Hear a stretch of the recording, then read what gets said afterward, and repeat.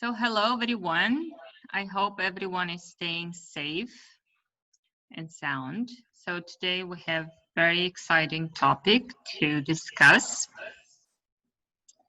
It's corpus linguistics, using corpus linguistics in language teaching.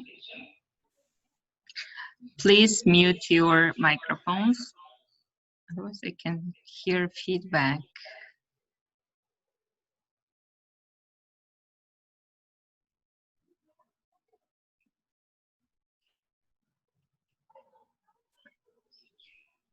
Okay.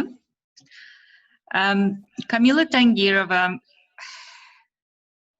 is a current PhD student at the University of Warwick. She's a Hornby scholar and she did her MA in TESOL, right? Or was it in TESOL or assessment? Testing and assessment. TESOL. Now it is TESOL, but it was ELT, so assessment, ELT. specializing in assessment. Especially. So in the same university in the UK. So thank you, Komila, for agreeing to talk to us today. My pleasure. Thank you. So let me just do the housekeeping. Please mute your microphones all the times. If you want to ask a question, leave your questions in the chat box. And Komila, how would you like to deal with the questions at the end of the webinar or as you go? Well, it would be good, I think, if participants leave their comments and questions in the chat box, and then we could discuss and go through all the questions in the end when I finish my presentation. Great. So yeah, we can start then. Okay, if you let me, I'll share my screen. Yes, please. Okay. So I hope you can see it. Yes, we can see it. So good evening, dear colleagues, and thank you for joining today's webinar.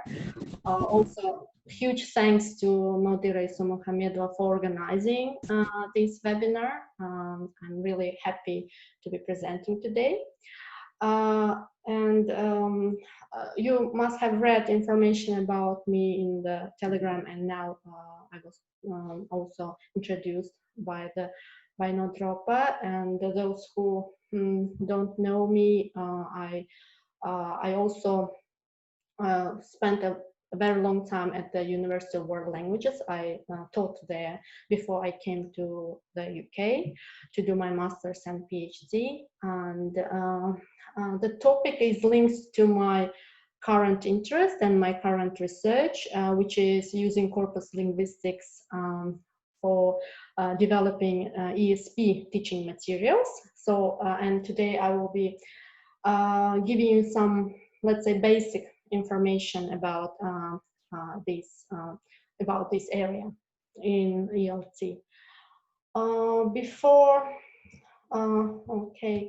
Let me. That's interesting. I cannot go further. Sorry, I apologize. I will have to share again. All right. It will go now. Okay, yes. Let me go through the overview of today's webinar. I will start by defining corpus and tell you what corpora is. Then I will give you a short tour, so practical kind of tour, hand-on tour for you to see what corpus is through the system and collection of a variety of corpora sketch engine. We will also get acquainted with some of the related terminology and see some types of corpora. I will show how scale works, and I will talk about the direct and indirect use of corpus in ELT. Also, I would like to highlight some important features of using corpus in ELT, and will shortly explain you how to build your own corpus. In the end, of course, I will mention some of the things that you need to be careful about, and we'll give you useful resources for those who would like to know more about corpus linguistics or read some literature on it. Well, defining corpus, so what I can tell, so corpus is a collection of naturally occurring written or spoken language in the form of machine readable text, which can be analyzed through a software to learn about certain features of the language. So it's a rather long definition. I tried to include everything related. So, and now I will explain you bit by bit. So corpus, it's basically it's a huge. It's collection of some text. It can be written. In that case, it will be electronically collected text, or spoken language in that, and in this case, it's transcribed and then made in the form of, again, machine readable text. And having a lot of text, so we'll make a corpus, which you then have in certain software, in certain program, and there you can then have various checks of how language is used. And very frequently people ask what corpora is. So corpora is a plural form of corpus. There is a corpuses, there is a form of corpuses, but usually in the literature and when people speak, you usually come across the term corpora rather than corpuses. You might ask a question, why on earth do I need corpus linguistics? And it may, for some, sound really complicated, something unusual, but again, the application of this area might address several questions that you, I assume, have during your career of teaching. For example, you might ask, how many words do my learners need to know? And do my students really need this grammar point? Because we don't have the time of the life to teach our students the language. So we need to be selective. And again, answering the question of what is more common grammar structure and what is more important to learn might be observed through corpora. You might also have questions like, am I teaching my learners language they will need to use when they speak the language? It concerns the, let's say, features like whether the word is still used or is it obsolete? I mean, is it outdated word, or is it, maybe there are some new words appearing in the language? So all of this you can observe through corpora. And you can also ask, especially I would also highlight the question, so what is the most important vocabulary for my law or biology or whatever ESP students you have. And you might be interested in the behavior of the word in a sentence, to be precise, what words it collocate with. So it's not all the questions that you might have. I gave some examples of the, let's say, inquiries that you might have before you, let's say, go into certain corpora to answer those questions.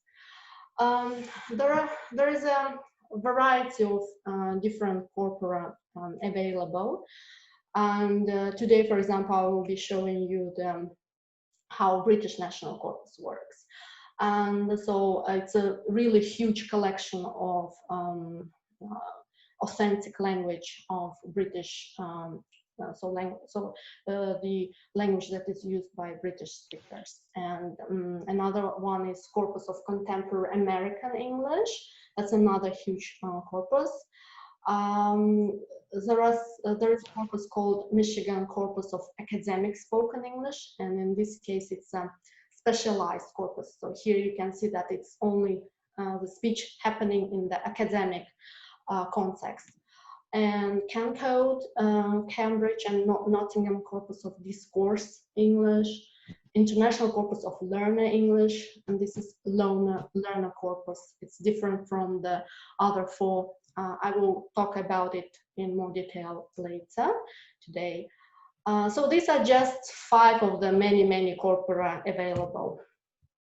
And Sketch engine, which in a minute I will also take you directly to this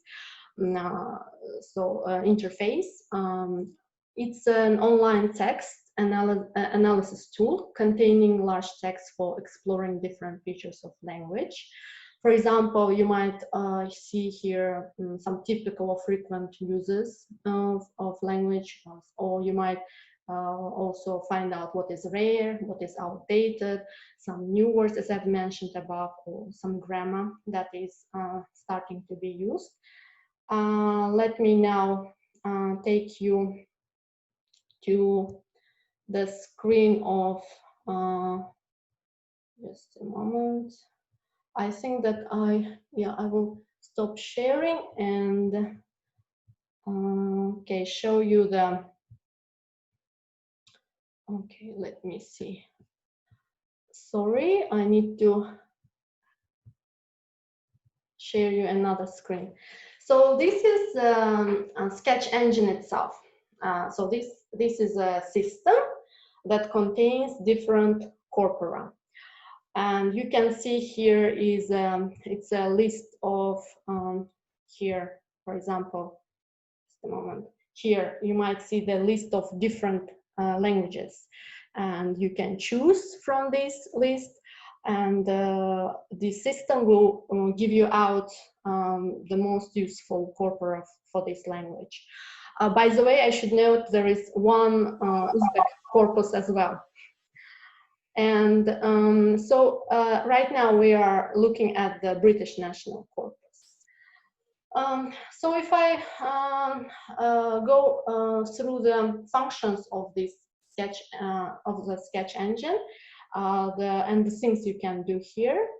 For example, if you want to observe a certain word, for example, you want to find out what prepositions it comes with, or what words come before it or after it, what modifiers does it have. So you just insert, for example, let's say the word high, you insert a word and you can find out information about the use of this, of the language, I'm sorry, of the word. For example, here you can see some modifiers of high, significantly high, or relatively high, or nouns and verbs that come with high. You can find prepositional phrases, and you can also see some verbs that come before. So this kind of subjects of be high. So all these kind of observations can be made through corpus of a single word, you can imagine. If we go through another function, so for example, differences. Let's say I will just choose one very simple example, and usually many people know the difference. So for example, if you want to say high and tall, I mean, they are close words, but again, you might, for example, if you teach children or some very basic learners, they might ask whether they can say high man or tall man, high tree or tall tree. So what's the difference between them? So here you might put in that search, you can put 2 words. So now I'm giving just a very easy example, but you can put any other 2 words and compare them. And here you can see that the high is actually is very common word. It's much more common. So you can see that it is 51,114 versus tall, which is 4,971. It means high is much more common word than tall. And you can also see, for example, the words that come together with high. And for example, if you say see here low, so it comes with high, not tall. But at the same time, if you talk about tall, what words come together with it? So we can see here dark, thin, handsome, slender. So you already can understand that tall is used with when we talk about appearance of a person.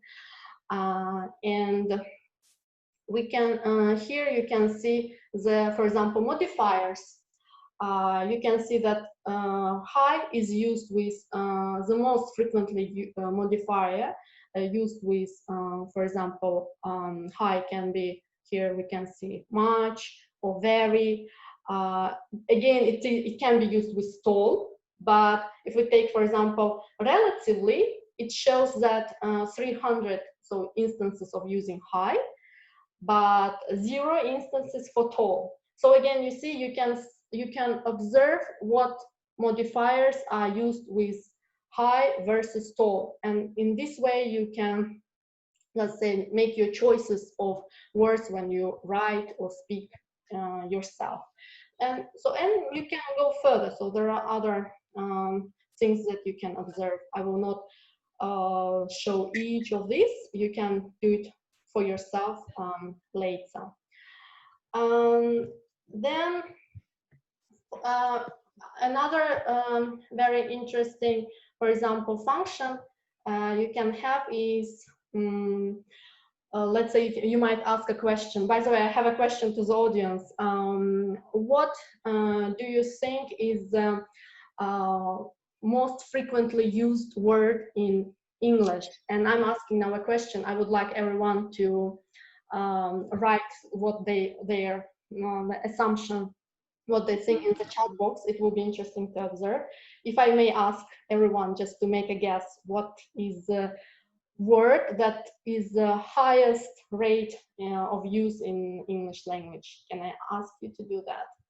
So let me see the chat box. So with make, do, get, so, go, so, article the, Nilufar Yuldasheva, right? Will, learn, maybe okay. Okay, so is it an? We have this be, like, interesting, okay. Yeah, so actually, all right. Hello, have, article, really. All right, so there are various options we have, quite a wide range of answers. And now if we see here, so we have these words and all, and we give this a search, we might find out what it is. And in most corpora, I will tell you, I checked other corpora as well. So it appears that the article the is the most common word in English language. So and you can see the others that follow. So it's comma and full stop. It's because the machine, let's say it's not a human, and then it has only, and it tells you what it is most frequent actually as a token. Token is a let's say symbol, I would say. And that's why we have comma and full stop here. But we can see others. That's of, and, to. And there was an option that one participant wrote that article a. So we can see that it's article a, but not n. So n is less frequent, and we can see that n is actually number 40. So it's much less frequent than article a. And so this is what we can see, very interesting information that you can obtain. Also, what you can do in Sketch Engine, so I've, for example, you might have some doubts regarding whether some collocation exists. For example, we know that we usually so frequently see the word, let's say, just a moment. Okay. We frequently see the word, we usually see that, for example, tall man, but then we might ask a question, does a high man exists? And if we just do that, we can see that, yes, it confirms the fact that high man is not usually used by people, so people don't say high man. But again, you can see 3 examples here. And if for example, you write here, as opposed to it, tall man, then you can see that it's much more frequent, and it's 182 instances in the corpus that we are now looking at. I should warn you, however, right now, immediately, that it's just it shows not what how everyone speaks. It just gives you the information of what is included in this corpus. I mean, whatever texts are there, and there might be some other different features as well. But the larger is the corpus, the more evidence you can obtain. For example, I had a question. We frequently say a handsome man, and we say beautiful woman, but then you might have a question, for example, does handsome woman exist? And I am sure you might have met this. But again, so you might see that yes, it exists. And then if you look at the left side, you can see the sources where it comes. So it appears, so it frequently comes in so in written books, but BNC is actually a combination of both written and spoken data. And very funny also was my discovery of having when I searched for beautiful men. So, and again, so there is a painter, there is who is a beautiful man and a genius. And again, you need to go through the text itself, and it's possible. So you can you can press the phrase and then go to the context and read it, looking at how it behaves in the text itself, in the original text itself. So I just gave some very, very easy examples, but there is no limit of what kind of searches or collocations or words you can learn about through this corpus. And the difference is that in the dictionary or in a textbook, you come across, you look at the modified information. So it means that people who wrote the textbook or compiled a dictionary, so they might include the examples that actually they make up themselves. So it doesn't mean that people say so. So it's just intuitively, the author intuitively thinks that it is so, and you just access the language that they give you. But corpus, it is not, let's say, it gives you the real language, how it is used in reality. And here you can observe, and if you see here certain examples, it means somebody used the language in this way. And the more, let's say, this phrase is used, the higher rate you can see in the corpus that you are using. Also, let me see, there is a function that is caesarius. It's, for example, you might want to, let's say, check the word. So it can be any word. For example, unusual. Okay. Oh, sorry. You see what happens if you misspell the word. So here you may find the words that are related. So you all know what caesarius is. And plus, you can find the frequency of this word. And what is in the dictionaries, you might have seen the information box where, I mean, spot where they say the frequency rate or of the word. So this is what it is. It means how often some word is used opposed to another word. And for example, here you might see that the particular is the most frequent word. And when we talk about something unusual, it is interesting can be also used in this sense, and it's quite common as well. Extraordinary, but it's less frequent, as you can see here. It's, for example, strange is much more frequent. So this kind of information, and again, real life language use information you can get from using corpus. I guess I've taken you through most of the functions here. I will not go too deep. And let me again go back to my PowerPoint. Just a moment. All right. So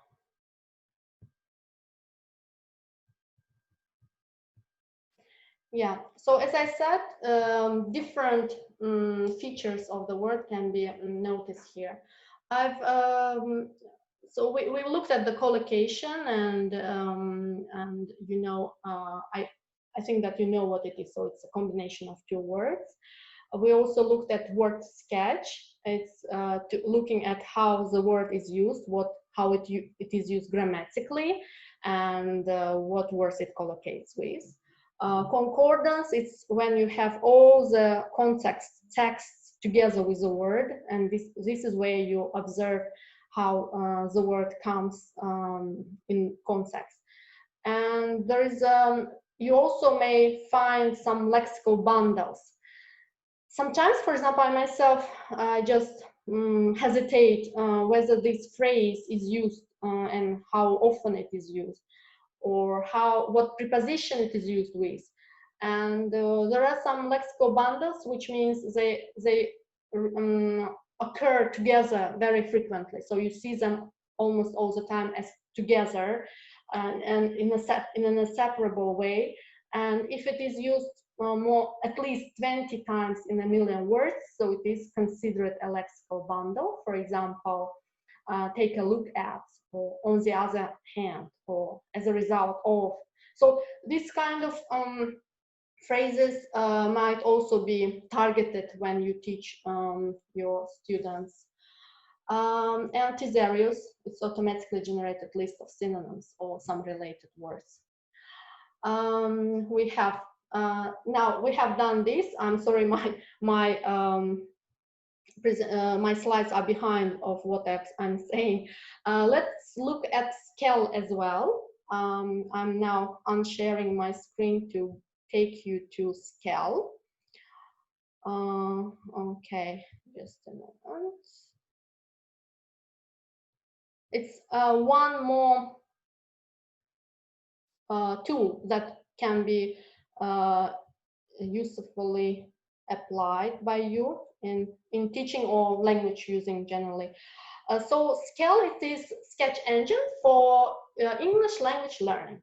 So you can see the acronym. And here you may again, for example, have some word and look at the examples. And examples are those which again are not made up by people. So when you make up a sentence, you should also think that it is how you think it is used, but is it used by many people? And this is what usually constitutes the kind of the normal way of using language when it is used by majority.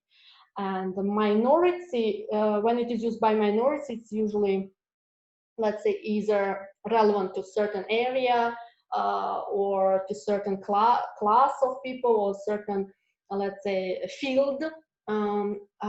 But here, for example, if you see, there are different examples of the word big. Then you can see again the properties of the word, modifiers, nouns, verbs. You can see again scenarios like functions. So you can see big, large, huge, small, and so on. And if you want to have more features, it takes you to Sketch Engine. Why I showed you these two? So first I showed you Sketch Engine and then Scal, because this what you see now in front of you, Sketch Engine, is as a system. It's a tool that you have to pay to be able to use, but it has a free trial. And the Scal, it is free, so you can access it anytime and check some of the things that you want to find out. Okay, and let's go to my presentation again. Okay.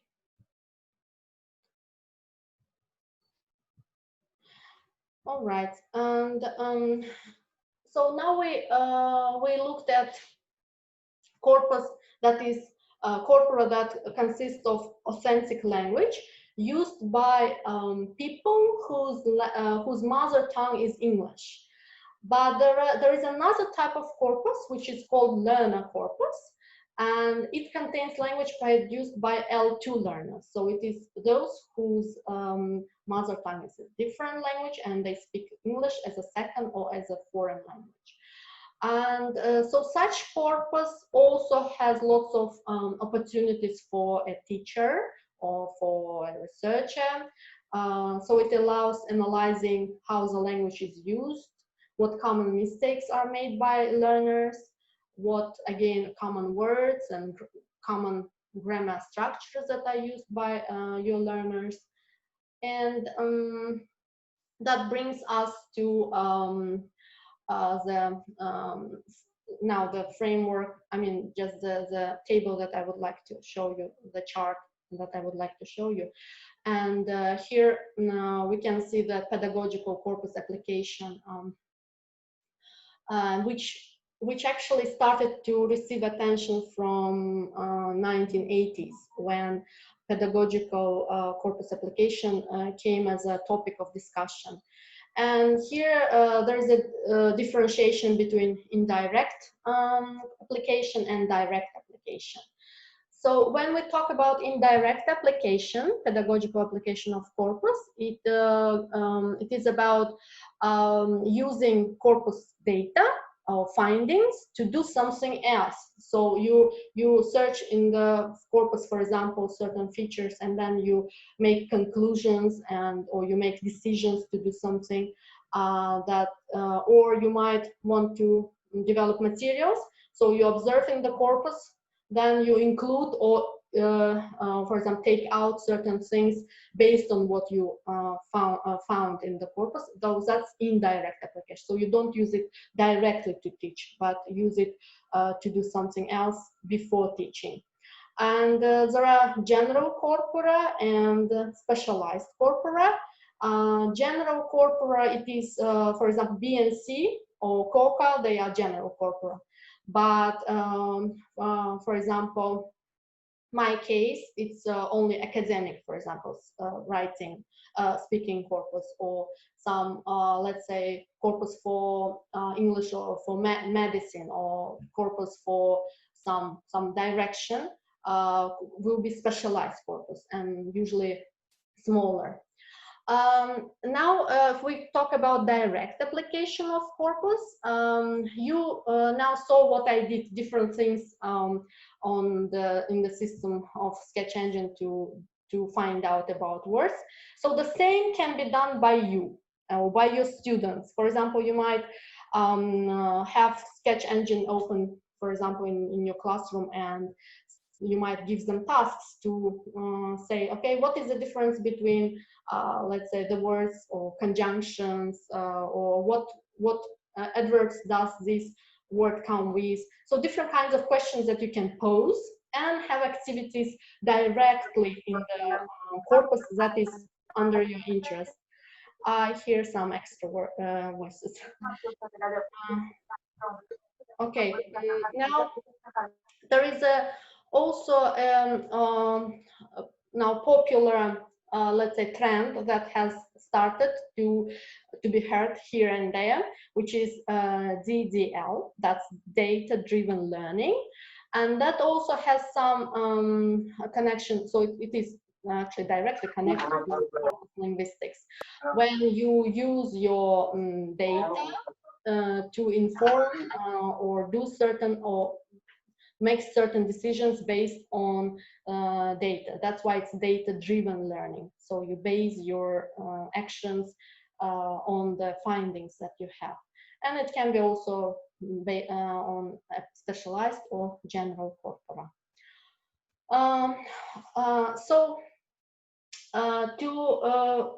Actually, you can build your own corpus, and that's not as hard as it could be imagined.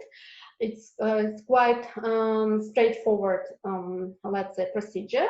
What you do is that for this, when I was defining corpus, you saw that I told machine readable. So you will need some sources, some texts. If it is spoken, then you transcribe it, and you take everything as a whole. So you have your documents. And you, in Sketch Engine, there is a function. You can, when you browse, you can see there is a function called build your own corpus. So if you just press it there, you can upload your materials, and then again you can have the same kind of searches that I showed today. And that corpus can be, for example, if you are teaching ESP students, you might gather all different kinds of journals in the sphere that you're teaching, for example, tourism, law, or whatever, any other sphere, and then observe. Again, you might say, okay, I have only 100 hours of teaching, and what can I do to give them the most useful vocabulary, for example? Of course, you cannot give them all the vocabulary in the world. So in that case, you may find out some very common one and give them the word list, for example. And so you can, another thing you can do, again, you can build your own corpus, and you can, you want, for example, to see the common mistakes that your students make, like the most painful problem that, for example, or the most obvious problem that they have. And then you can, based on it, for example, include into your syllabus some topics for this grammar or for this language use. In this case, what you can do, you can, for example, it can be done in a very large scale or smaller scale. For example, you can have your own class group, or you can have the whole university. It depends on what is your aim, what your aim is. And then you may, for example, ask them to write an essay. And based, for example, and then if you include all the writings into corpus, you can then again see, for example, how they use the language, and from there extract information that you are searching for example, the most common mistakes or some other things that you're interested in. Again, that's a huge data for you to observe, to use, whether you're doing your research or you want to make to find out about your learners or make some changes to your syllabus. So all this kind of stuff, or develop teaching materials, can be done. And here, so if you have any questions, you can then ask them later. And some advantages of using a corpus. Of course, again, I'm not sure that all of you have fallen in love in this field, but again, there are some obvious advantages of using it. First of all, it's inductive approach. It means that you don't, as opposed to deductive, you might yourself or your students might observe language in reality and find out for themselves, so they inductively. and this may then help them to be confident in using the language, for example. Then it is natural language, of course. It is. It's not modified. It's not based on some intuition. And this is where I'm coming. It's a real examples. They are real examples, not made up examples. And then so they are again evidence-based. They're not information based on intuition. And so I already mentioned it earlier, that it helps to modify your syllabus to make you may even change the order of materials in your syllabus. For example, you may say, oh, this is such an urgent problem, I need to address this at the beginning of the year, otherwise they will be making this mistake all year round until I teach it at the end of the year. So let me change the order of topics that I'm having in my syllabus. So this is what it can inform you.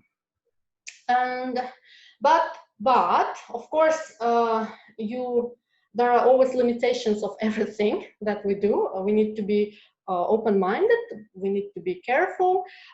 We trust corpus because it reflects the real language, but at the same time we need to be aware of the fact that corpus it shows you to the extent it is filled.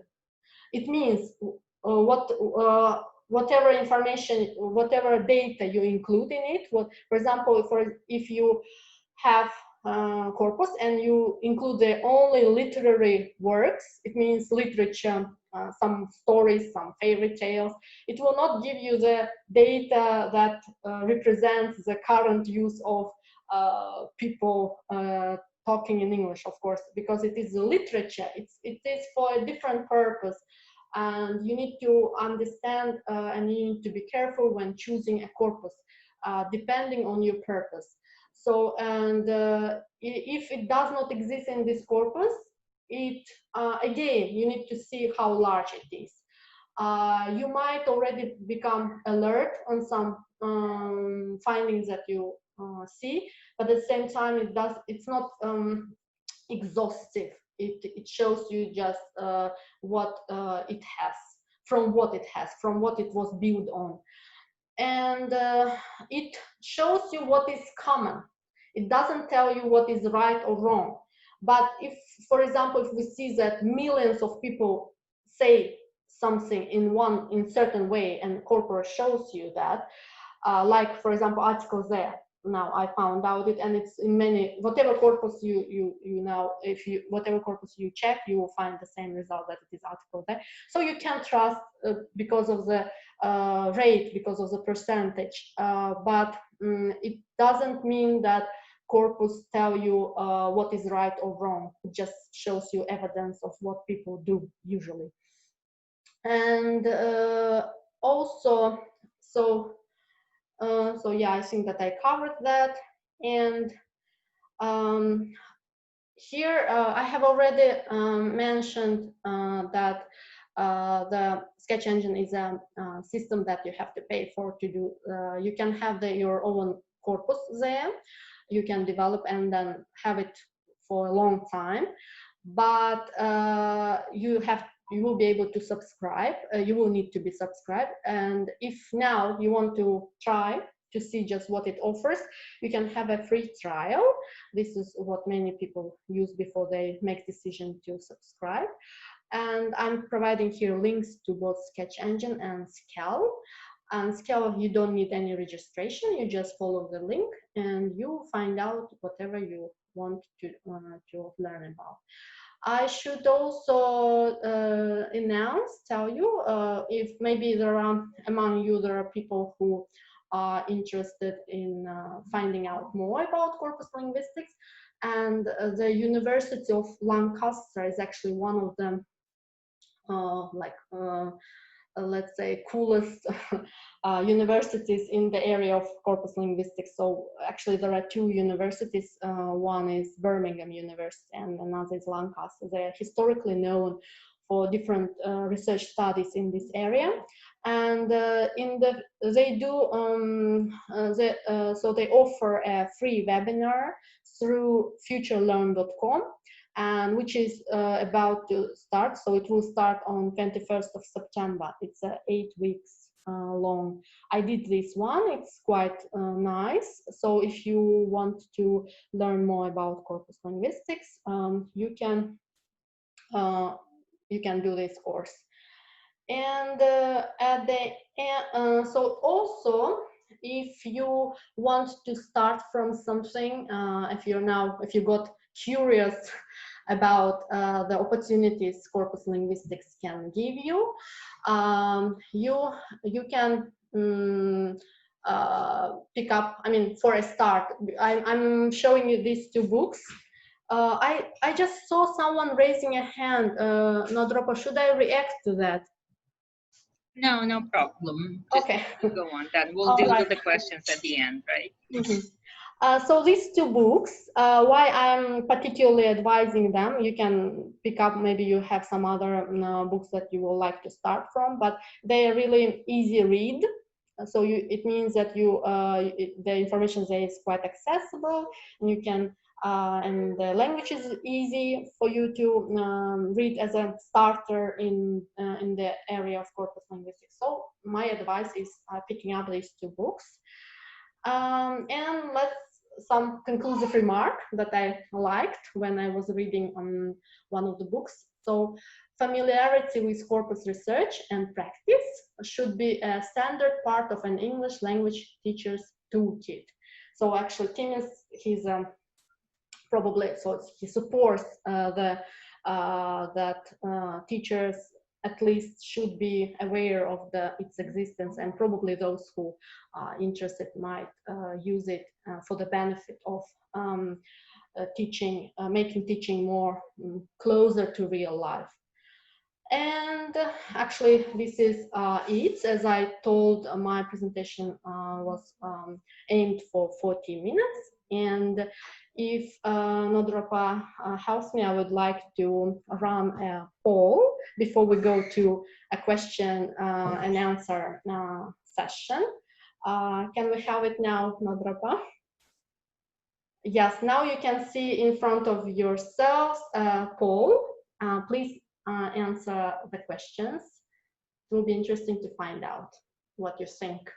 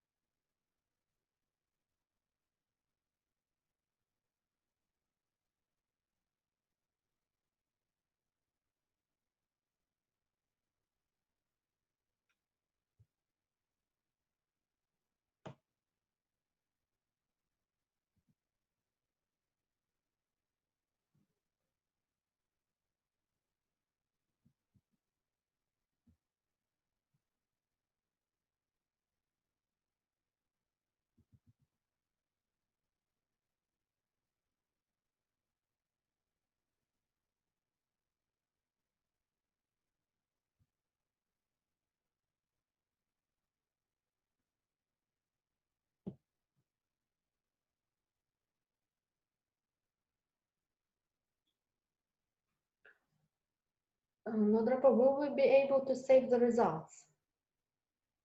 Yes, yes, we will. Okay. I'll send you. Mm-hmm. Yeah, shall we wait more, or should we end the poll? We have 70% people voted, please. I can see that it is still in progress. We can just wait 1 or 2 minutes and. Okay.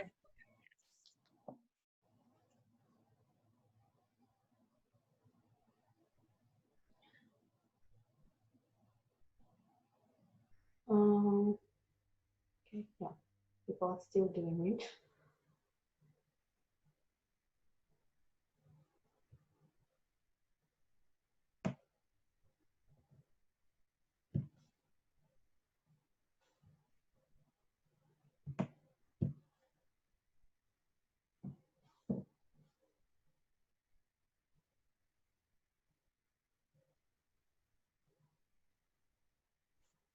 All right, I think we can end it.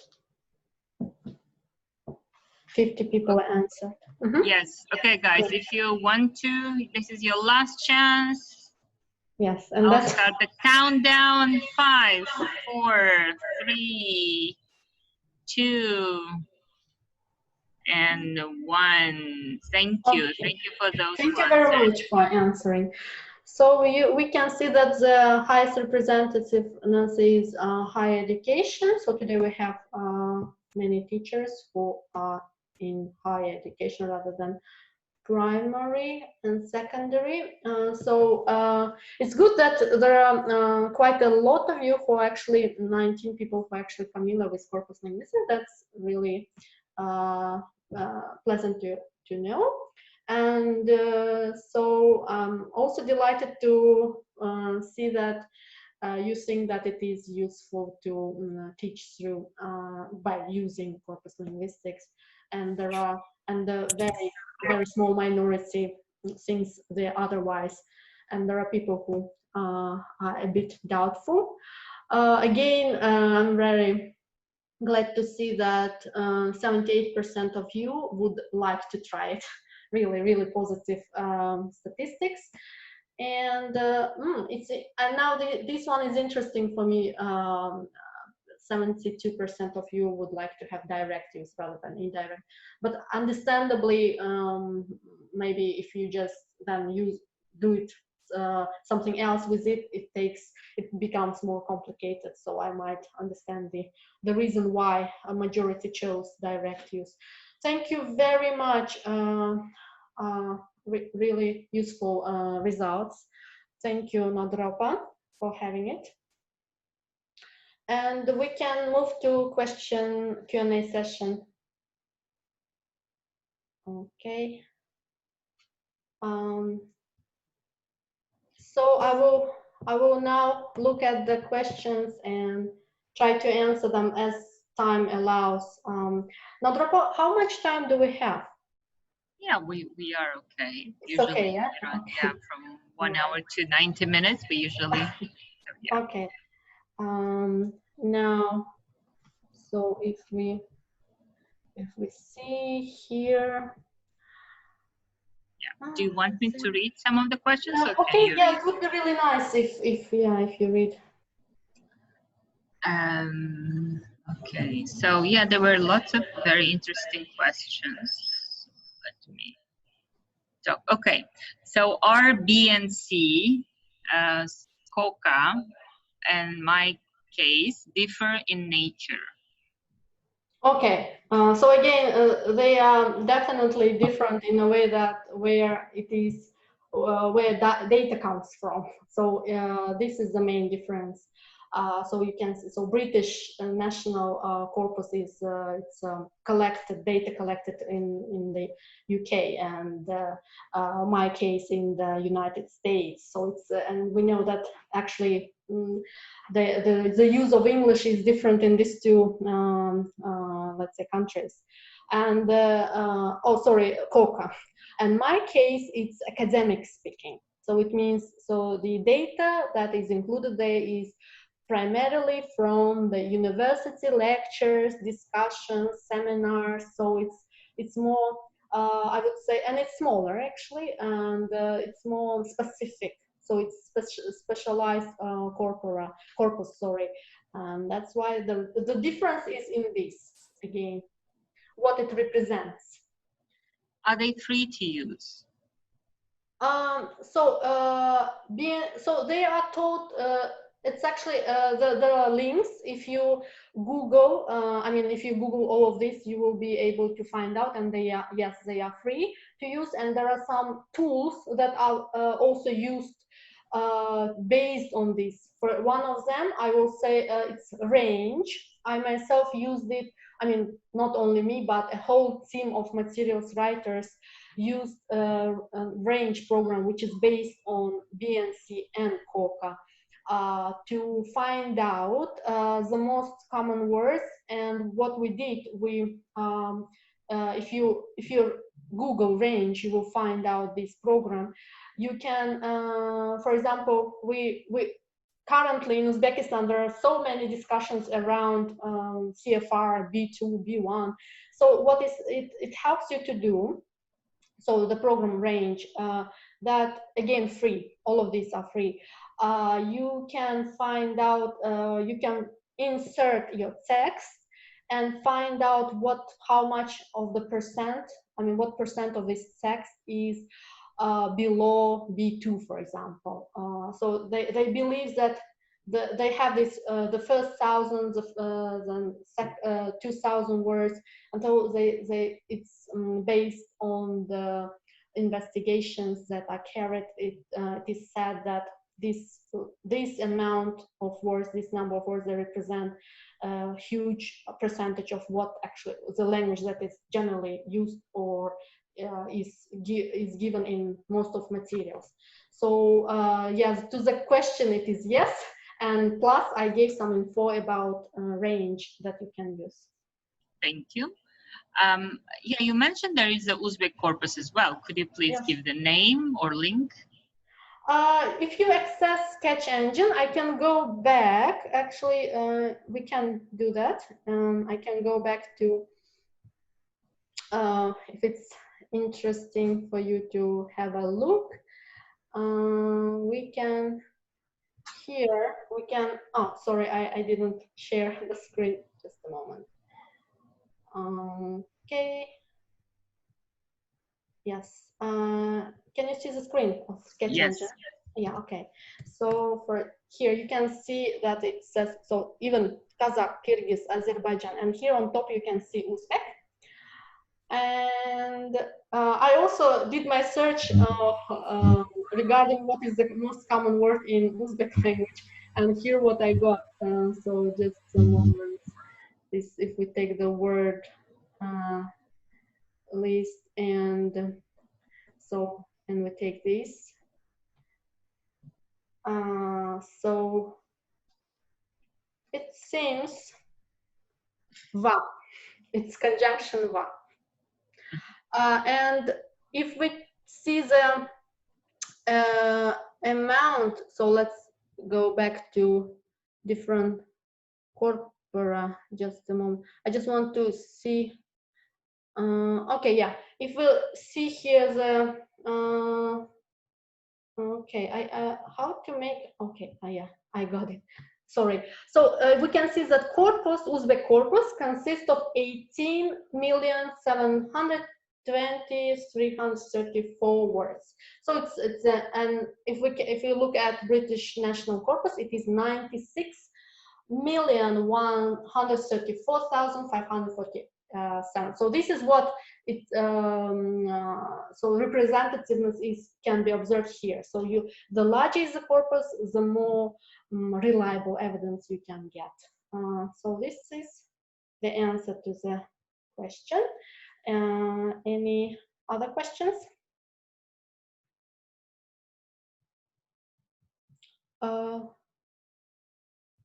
Oh, sorry, I was muted. About the Sketch app, people were asking if they can download it, or it is accessible on desktop only or mobile as well. You know, I've never tried it on mobile phone. Maybe if people just try. What I would advise is just take this name, Sketch Engine, and see whether the application is possible. But what I can say that it's a really, let's say, user-friendly system.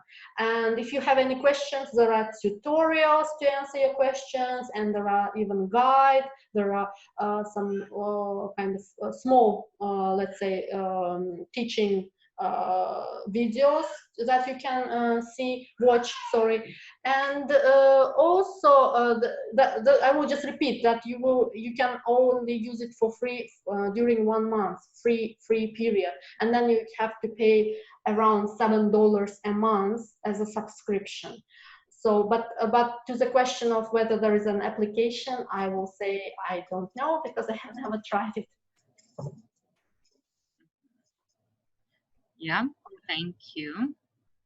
Is scale part of Grammarly?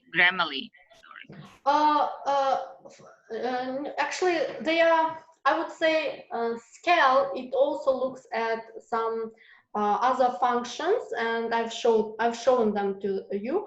While Grammarly, it exclusively looks into grammar. So the difference is in the focus, and they are not the same. Grammarly is also one of the tools, just like scale. Mm-hmm. And people were discussing the word handsome, what it can be used with women, and giving different definitions. So I think we can leave that to them to explore. Yes, I can explore that, definitely. Yeah, as you said, there, like the corpus doesn't give the right or wrong answers, right? But it gives you the chance to explore, right? Yes, just see what exists there, and not necessarily telling you that it is 100% correct. Yeah, but you can go and check the source, right? To which text it appears. Yes, right? This is exactly, and you can see whether it is spoken or written. So it's you just go further. Yeah, that's right. Okay, and then Navruzbek says that he's studying at Aston University and he's doing similar research, I guess in Corpus Linguistics, so, and he would be happy to discuss this with you. I would be very happy to hear from him, and I've provided my emails. Actually, anyone who can you see my email now on the screen? It was on the last. Yeah, just a moment. I will share it again. So for those who would like to contact me, I would love to do so and answer. If you have any questions, you can email me. Can you see the screen now? Yes. Okay, yes, so this is my email. It's my university email. I also, in the group later in Telegram, I will also give you my personal email. So any of the email addresses are fine. Thank you. And could you please share all the links that you showed us today, and maybe the books, right?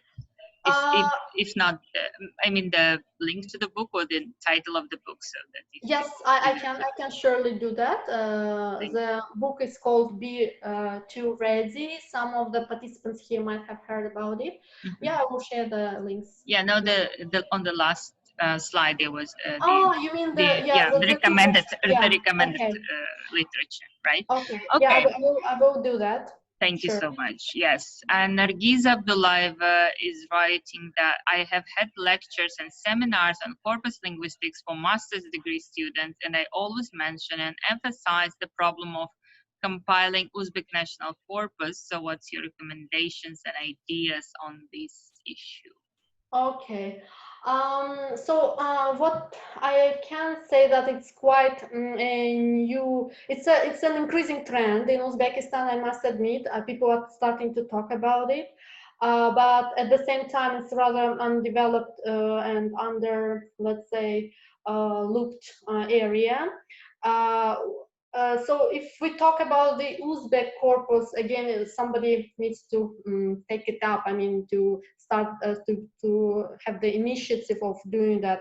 And I would say that we have to universities that they study Uzbek language. So I would advise maybe contacting them. And I'm sure if there is some people may not do something just because they don't know how to do that. And maybe if let's say those who know about Corpus Linguistics unite, this can happen. I mean, the corpus can be developed. By the way, actually, I myself started like putting forward the initiative of opening or establishing a center for corpus-based studies. I actually started it before I was before I left to for the UK.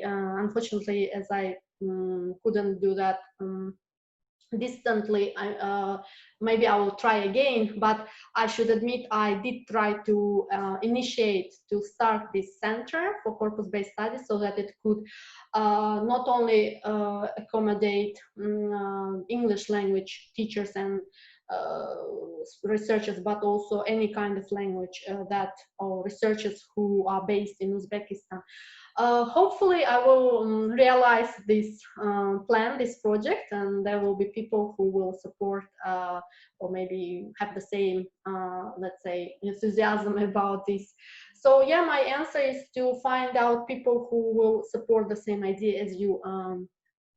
That's, yeah, my answer. Thank you. And I think we have the last question here, besides all these, you know, saying people thank you for the wonderful and informative webinar. So the question is about most of the teachers in higher education seem to be aware of this corpus linguistics. Is it less used by secondary and primary teachers? What do you think? Oh, from my observation in the western part, let's say, there are many school teachers who are interested in this as well. Probably in Uzbekistan, it's just a trend in Uzbekistan that they had access to information about corpus linguistics earlier or more compared to school teachers. But I don't think that's maybe the picture, that's the case in the whole world. It should be observed, and actually that's why I asked the question, and to see what is the representativeness in today's webinar. I would say that I'm not sure, but I think that there are many from the books and articles that I have looked into. There are school teachers who are interested and do this research in corpus linguistics as well. But maybe just Uzbekistan is just needs just a more, it's a harder push. Yeah, thank you so much. Do you have any questions, last minute questions? Or is there anyone who wants to ask the question orally? Thank you. Okay, yeah. If not, yes, thank you so much. Yeah, thank you, Komila. It was really informative. I learned a lot myself, and it was a great chance for me to update my knowledge about corpus linguistics. Yeah, and I'm really surprised. I was really surprised to learn that there is Uzbek corpus. Yeah, which is a great news.